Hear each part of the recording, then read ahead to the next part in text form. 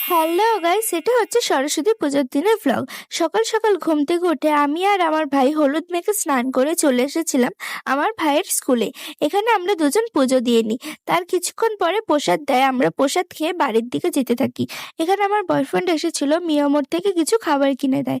আর খুবই খিদা পেয়ে গেছিল, প্রায় 11:30 বাজতে যায়। আমরা তাড়াতাড়ি খেতে শুরু করে দিই। এখানে চিকেন 65 আর দুটো পেস্ট্রি দিয়েছিল, রেড ভেলভেট আর একটা চকলেট ফ্লেভারের। খেতে খুবই টেস্টি ছিল। এরপর আমি শাড়ি পরে রেডি হয়ে বেরিয়ে পড়েছিলাম আমার আগের স্কুলে যেতে।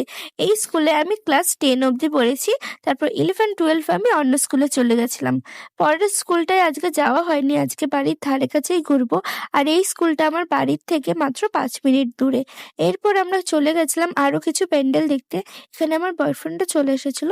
তারপর আমরা চলে গেছিলাম রেস্টুরেন্টে খাওয়া দাওয়া করতে। এখানে আমরা নিয়েছিলাম চিকেন বিরিয়ানি। খেতে মোটামুটি ছিল। যাই হোক, দেখা হবে তোমাদের সাথে পরের একটা ভিডিওতে। Tata, love you all. কেমন করলে কমেন্ট করো।